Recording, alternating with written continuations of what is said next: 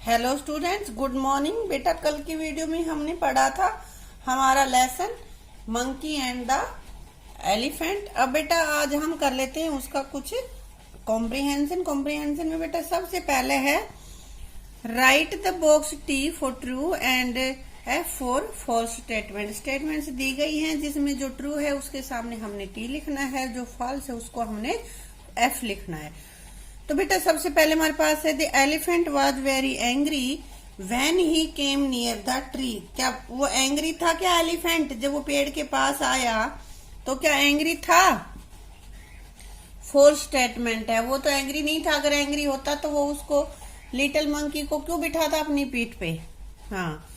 Next है the monkey started dancing when they सा the elephant. जब मंकीज ने एलिफेंट को देखा तो उन्होंने नाचना शुरू कर दिया क्या? नहीं, रोंग है ये। वो तो डर गए थे, डर के पेड़ पे चढ़ गए थे।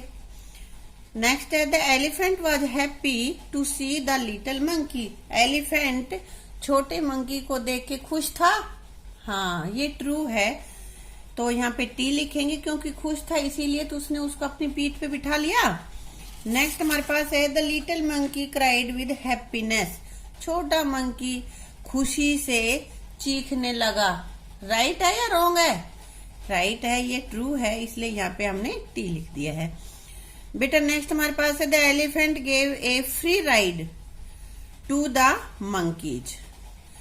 ये है कि मंकी को एलिफेंट ने फ्री में सवारी करवाई। या कुछ लिया था उसने मंकी से?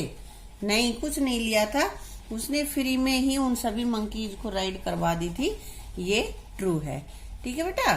Pictures give note in correct order. ये जो अलग अलग पिक्चर्स दे रखी, कई मंकी है, कई एलिफेंट है, कई मंकीज है, ऐसे ये पिक्चर्स कर है कि करेक्ट ऑर्डर में, सही ऑर्डर में नहीं दे रखी हैं, उनका कर्म आगे पीछे हो रहा है। Number the picture 1 to 5 as per the story. Story के हिसाब से इनके नंबरिंग तुम्हें करनी है। Write 1 under the picture that should come first. जो सबसे पहले पिक्चर आनी चाहिए उस पे 1 लिखोगे और जो सबसे लास्ट में आनी चाहिए उस पे तुम्हें 5 लिखोगे।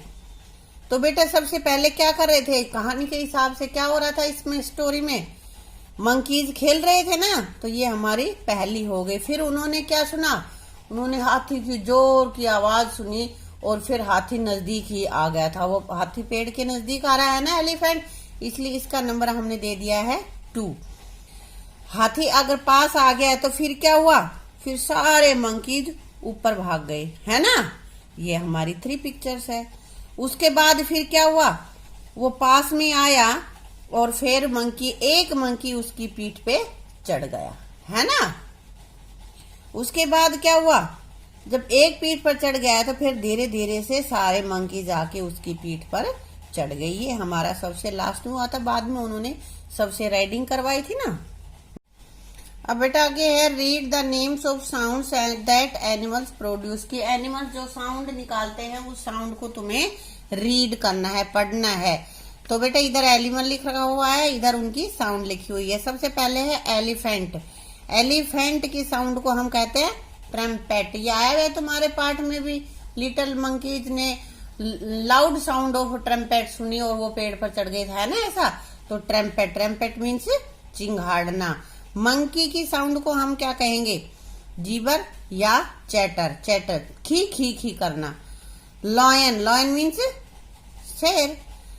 रोर, इसकी साउंड को हम कहते हैं रोर और हिंदी में इसको कहेंगे दहाड़ना। डॉग, डॉग की साउंड को हम कहेंगे बार्क, यानी कि भौंकना। वैसे डॉग कैसे करता है? बाऊ बाऊ बोलता है ना, लेकिन उस बाऊ बाऊ की साउंड को एक वर्ड में हम कैसे बोलेंगे? बार्क, कि वो भौंक रहा है। कैट की म्यू और उसकी हिंदी होती है म्याऊ म्याऊ करना। काफ, और काफ की साउंड होती है ब्लीट। काफ मीन्स क्या होता है? बछड़ा। ब्लीट और हिंदी में रंभाना।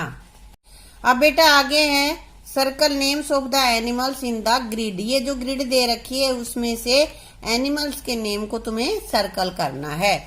अब 1 हैज डन फॉर यू, एक करके दिखा दिया है। और यू में choose the name of animals from the help box. Help box में से एनिमल्स के नाम यहाँ से चुन सकते हो। ये हेल्प बॉक्स है यहाँ पे। ये तो सबसे पहले यहाँ पे क्या दे रखा है, काउ। काउ को हम ढूंढेंगे, काउ पे तो पहले से ही सर्कल कर रखा है ना। तो अब अगला हमारे पास है लॉयन। लॉयन कहाँ पे है, ये LION, लॉयन हो गया ना। उसके बाद है एलिफेंट, ढूंढो एलिफेंट कहाँ है, ELES, यहाँ से ये रहा एलिफेंट। उसके बाद है कैट, CAT, देखो कहाँ पे हो सकता है कैट, ये रहा, मैंने इस पे सर्कल कर दिया है मैंने। उसके बाद है मंकी, MONKEY, ये रहा नीचे की तरफ है। जरूरी नहीं है सारे ऐसे ही मिले, कोई ऐसे मिलेंगे कोई ऐसे मिलेंगे, है ना। कोई रो में होंगे कोई कॉलम में होंगे, खड़े हैं ये तो कॉलम है, और ऐसे जो लाइनें खींची हुई हैं वो रो है। अब आगे हमारे पास है बुल, बुल पे लगा दिया BULL, बुल। उसके बाद है जेब्रा, ये रहा जेब्रा, ZEBRA, जेब्रा हो गया ना। उसके बाद है हॉर्स, देखो हॉर्स कहाँ पे है, ये रहा हॉर्स।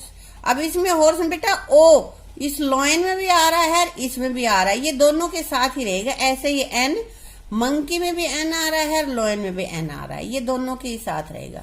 ठीक है बेटा। अब बेटा fill in the blank choosing the right collective nouns from the help box. कह रहा है कि कलेक्टिव नाउन्स को, अब सबसे पहले तो ये पता करना पड़ेगा कलेक्टिव नाउन्स क्या होते हैं, जो समूह को प्रदर्शित करता है। जैसे ग्रुप हो किसी चीज का, एक से ज्यादा हो उसमें, उसको हम बोलते हैं कलेक्टिव नाउन्स। और नाउन्स तो बताया ही था, नाउन या नेमिंग वर्ड, है ना। तो ये हमारे कलेक्टिव नाउन्स इस हेल्प बॉक्स में दे रखे हैं, और यहाँ से तुम्हें लगाना है कि किसके साथ क्या आएगा।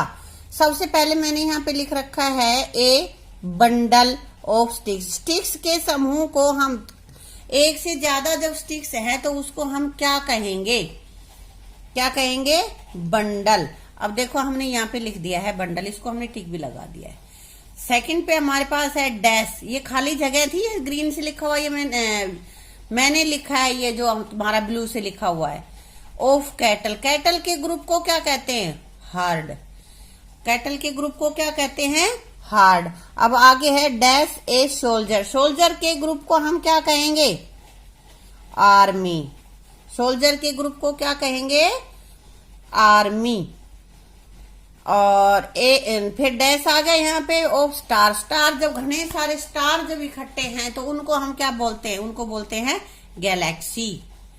अब बेटा यहाँ पे है डैश ऑफ बीज, काफी सारी बी क्या होती है, मधुमक्खियां। मधुमक्खियों के समूह को हम क्या कहते हैं, स्वार्म, छत्ता बोलते हैं ना हिंदी में, स्वार्म। अगला है ग्रेप्स। ग्रेप्स, घने सारे ग्रेप्स हो, एक पूरा गुच्छा, उसको इंग्लिश में क्या कहते हैं, bunch, a bunch of grapes. खाली फिर यहाँ पे भी डैश आ जाएगा ऑफ चिल्ड्रन। चिल्ड्रंस जब एक से ज्यादा हो, घने इकट्ठे हो, तो उनको हम क्या कहते हैं, group, A group of children. अगले में है सीजर। सीजर मीन्स कैंची। कैंची के दो होते हैं ना, कैंची के दो पंख होते हैं उधर, तो उसको बोलते हैं ए पेयर। दो का जो ग्रुप होगा उसको हम पेयर बोलते हैं। जैसे शूज है तो शूज का भी पेयर ही होता है, इसलिए सीजर का भी पेयर होता है, और सीजर का बोलेंगे हम ए पेयर ऑफ सीजर्स। है बेटा, आया समझ में। ये एक से ज्यादा चीजों का जो समूह होता है उसको क्या कहते हैं ये बताया गया है। कैटल के समूह को क्या कहेंगे, स्टार के को क्या कहेंगे, ग्रेप्स के को क्या कहो, सबका अलग अलग नाम होता है वहां पे। ठीक बेटा। बेटा इसको आप सब इसको लर्न करोगे, अपनी नोटबुक्स में लिख लोगे पूरे अभ्यास को, और फिर इनको अच्छे से लर्न करना है। ठीक है। और अगला जो अभ्यास हमारा बच गया है उसको हम अगली वीडियो में करेंगे।